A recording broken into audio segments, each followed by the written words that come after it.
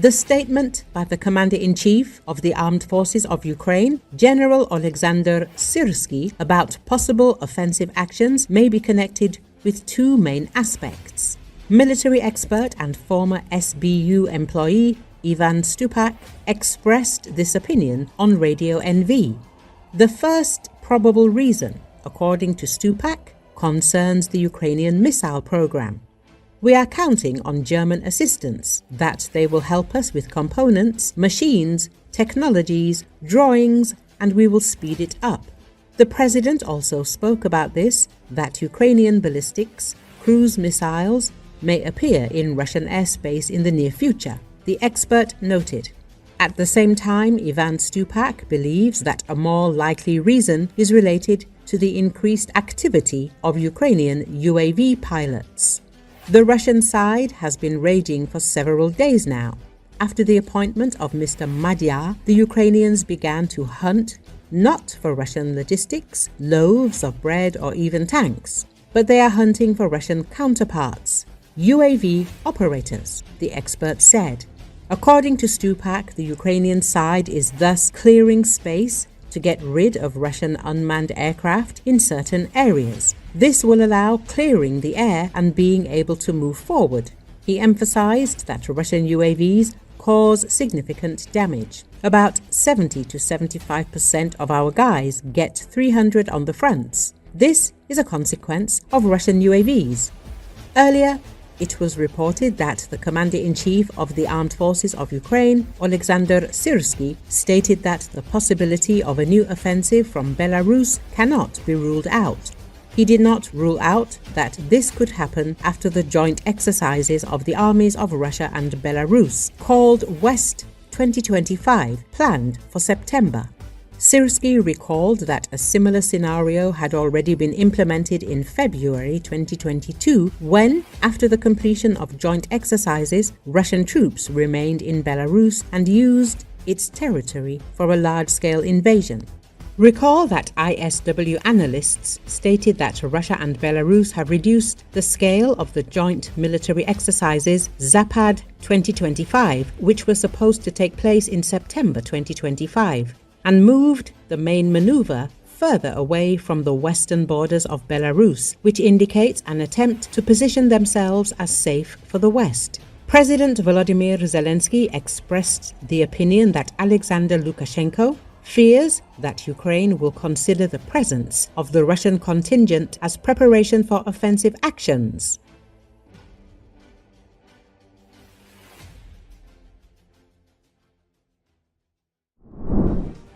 On ABC News, Vice President J.D. Vance commented on Medvedev's recent post in which he suggested that a number of countries help Iran develop its nuclear program and even, in fact, supply it with nuclear weapons. First of all, I think it's a strange answer, but I also don't know if this guy speaks for President Putin and the Russian government, Vance said. Medvedev's post on Telegram in a 10-point list of political and military points in response to the strike on a facility in Iran. In point 2, he essentially admits Iran has developed and will develop nuclear weapons, and in the third, he openly declares the possibility of direct assistance to Iran in this direction. And if other countries want to help Iran in this is their choice. The context leaves no doubt. We are talking about Russia. Neither China nor North Korea are physically capable of making such a delivery, even if they wanted to. Against the backdrop of many years of harsh statements by the former Russian president, his current post may prove special.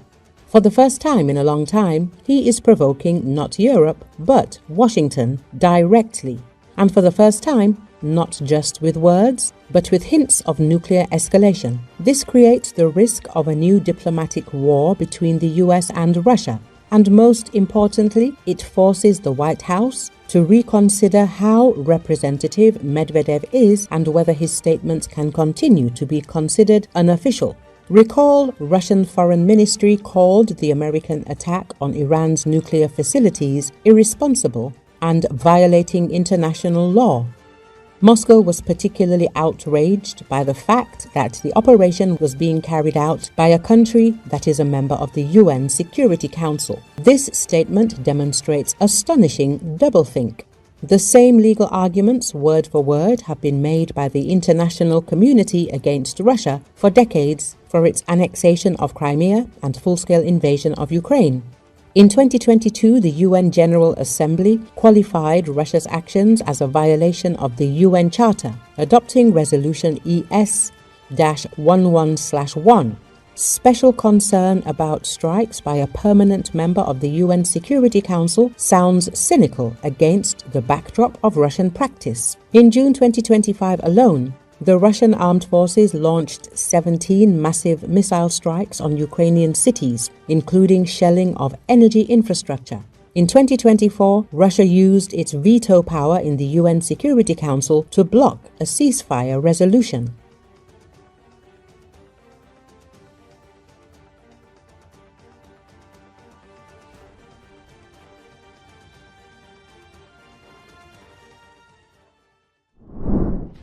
Reza Pahlavi, the son of the Shah ousted by the 1979 Islamic Revolution, Mohammad Reza Shah, claimed that U.S. strikes on 3 Iranian nuclear facilities were a result of catastrophic pursuit of nuclear weapons by Supreme Leader Ayatollah Ali Khamenei's terrorist regime.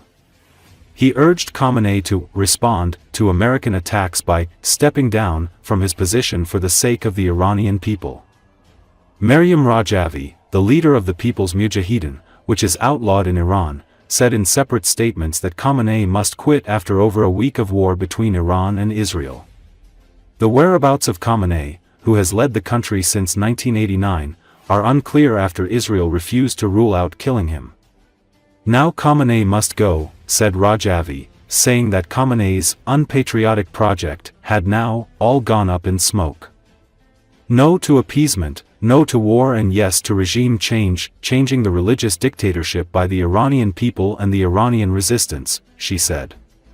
Pahlavi, who is the figurehead for supporters of the ousted Iranian monarchy, said, "The only sure way to achieve peace is for this regime to now end. As Khamenei considers how to respond from his underground bunker, I say to him, for the sake of the Iranian people, respond by stepping down," he said. "The only sure way to achieve peace is for this regime to end now," he added.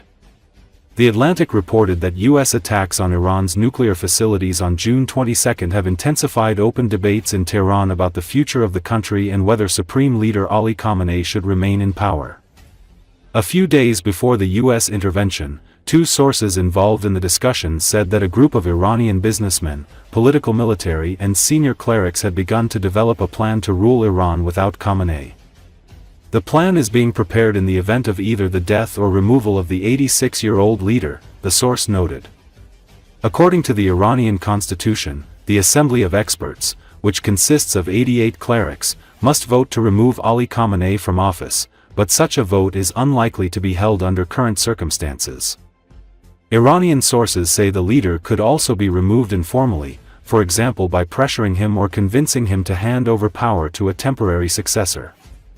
According to the publication, the authors of the plan, the leaders of a steering committee consisting of several high-ranking officials, agreed to reach an agreement with the United States to seize power and stop Israeli attacks. Details include the key role of former President Hassan Rouhani, who was not involved in the discussions, on the steering committee, and the regular contact of some relevant military officials with their counterparts from major powers, seeking support for changing Iran's course and the composition of the government. One person involved in the talks told The Atlantic, "They are talking to the Europeans about the future of Iran. Everyone knows that Khamenei's time is up. Even if he stays in office, he will have no real power."